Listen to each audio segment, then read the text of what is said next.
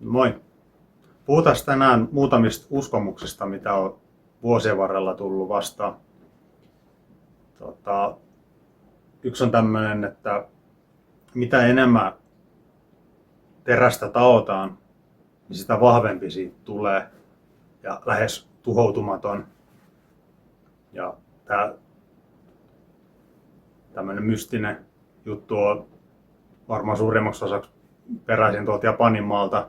Ja kun ne miekat valmistetaan Tamahakanesta, niin kun sitä rautahiekkaa ja puuhiiltä sit vuorotellen lisätään sinne tuntien kuluessa, niin siitä valmistuu semmoinen epämääräinen klöntti. Ja sitten kun se on purettu se koko sulatusuuni siitä ympäriltä, niin siitä aletaan takomaan sitä massaa sitten ns. Tiiviimpään muotoon. Sitä taotaan niin kauan, että ne suurimmat epäpuhtaudet lähtee pois ja se tietysti kaikki ilmat sieltä välistä sun muut. Siitä taas otetaan palasia, laitetaan yhteen, siitä alkaa muodostumaan se kerrosrakenne siihen teräkseen. Ja sitä sitten taotaan X määrän verran. Niin tästä on varmaan muodostunut joku tämmöinen, että kun sitä leivotaan kun mitäkin kakkuu siinä niin päivätolkulla, niin sitten tulee sitä parempi, mitä enemmän se tapahtuu. Mutta se nyt ei ole ihan näin, että tietty pisteeseen asti se on hyvä, mutta sitten tietyn ajan jälkeen niin kuin joka teräksestä, niin sieltä alkaa hiiltä poistumaan tämän taonnan seurauksena. Eli se taontakaan ei saisi kestää ihan tolkuttoman kauan. Et tietysti aluksi lähtee sit pinnasta se hiili, ettei se ei sieltä sisäpuolelta lähde mihinkään, mutta se hiili siirtyy sisäpuolelta ulospäin. Se menee aina niin kuin vähempään hiiliseen päin. Se tasaa sitä omaa hiilipitoisuutta se teräs. Mutta se on todella hidas tapahtuma. Olisiko se ollut joku milli per tunti, puoli tuntia, mitä se hiili pystyy siirtymään. Niin siitä ei tule tuhoutumaton, vaikka sitä kuinka paljon takoisi. Että se jossain vaiheessa se alkaa kääntymään toisinpäin. Ja tämmöisissä nykyteräksissä, mitkä on tehty valamalla ja valssaamalla, niin minkä näköistä tilavuuden niin kun kiinteytymistä siellä ei tapahdu enää. Tämmöinenkin on kuullut, että sä pystyt tavallaan sitä terästä, niin kun, en muista mikä se oikea sanaparsi oli, mutta että se niin kun menisi tiheämmäksi se teräs ja se tulisi jotenkin parempi. Sitten päästään hyvin tähän seuraavaan väittämään. Eli on kuullut, että taotaan niin sanotusti karpideja teränsuuhun. Eli se on jotenkin aika hauska ajatus, että sä pystyisit niin kuin takomalla, vasaralla siirtämään niin kuin jotain karpidimäärää teränsuuhun. Että sä nyt mitenkään pysty sitä teräsmatriisin tiettyjä aineita siirtämään. Koska normi hiiliteräksessä, missä on mitään lisäaineita, niin siitä muodostuu martensiittinen siitä rakenteesta, kun se karkastaa, niin tavallaan se karpidi on joka puolelle sitä terää, jos se karkastaa läpi asti. Eri asia sitten on tietysti teräsuukarkaisu, jossa se martensiittinen rakenne on pelkästään teränsuussa ja loppu on perliitti ja sun muuta.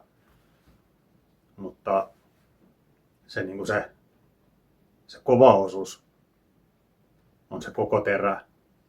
Ja sitten siinä on semmoinen, mä luulen, että ehkä semmoisesta ajatuksesta se on lähtenyt liikkeelle, että jos sä taot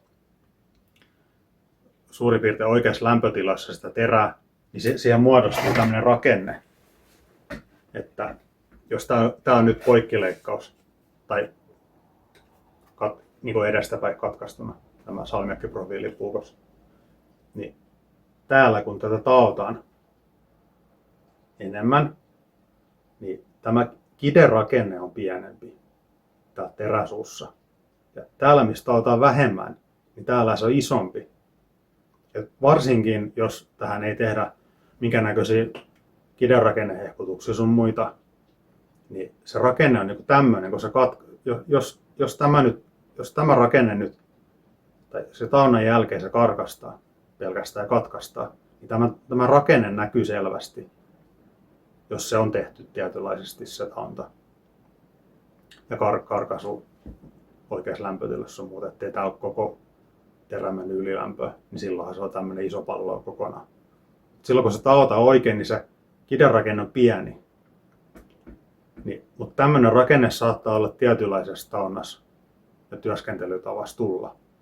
Niin mä luulen, että tässä on ollut ajatus se, että jos täällä on pientä kidettä, niin ehkä on ajateltu, että tästä taotaan nyt niitä karbideja sitten terän suuhun. Ei tässä mitään karbideja taota, kun se kidenrakenne on vaan pienempi.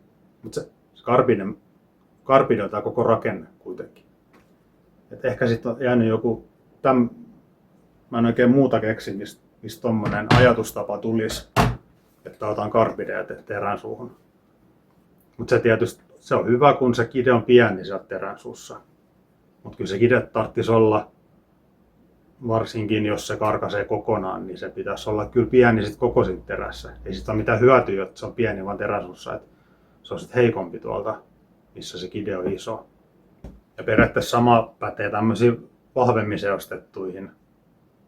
Jos nyt on jotain, esimerkiksi Apex Ultra, kun siinä on wolframia ja kromia ja vanadiini lisäaineistuksen ainakin, niin et sä niitäkään pysty niitä karbideja sinne teräsuun takomaan. Ne on siinä koko teräsmatriisissa. Ja jos tää olisi niin kuin jotenkin totta tää karbidisiirtymä, niin se olisi myös ihan äärettömän kova sieltä teräsuusta verrattuna sitten vaikka johonkin kylkeen. Että kyllä se niitä mittaa, niin se kovuus nyt on aika lähellä sitä samaa. Että vaikka se on taattu tai ei ole taattu tai se on hiottu latasta tai näin, että ja vaikka se olisi kuin korkeasti seostettua. Niin, koska nämä karbidit on niin kovia, että ne estää paljon paremmin sitä sen mittakärjen painumista sinne teräkseen kuin tuommoinen pehmeä materiaali. Niin silloin se olisi ihan ylikova, ei semmoisia lukemia saisi niin datalehtien mukaan mitenkään. Että kyllä mä haluan, että joku näyttää jonkun tämmöisen perushiiliteräksenkin, missä siellä on saavutettu jonkun wolframin kovuus siellä teräsuussa. Sehän on jotain, kuinka monta Rockwellia se on? 80, 90, mitä se asteikko on? Mutta ei tuommoisesta Apex Ultrasta siitä saa jotain 67-68 semmoinen käypä terä maksimissaan. Ei se ole lähelläkään mitään wolframin kovuuksia. Tämmöisiä ajatuksia mut tuli mieleen näistä muutamista lausista, mitä on kuullut. Näitä on aika paljon lisääkin, mutta tarvitsisi aina laittaa ylös. Ne jää vähän ihmetyttämään välillä.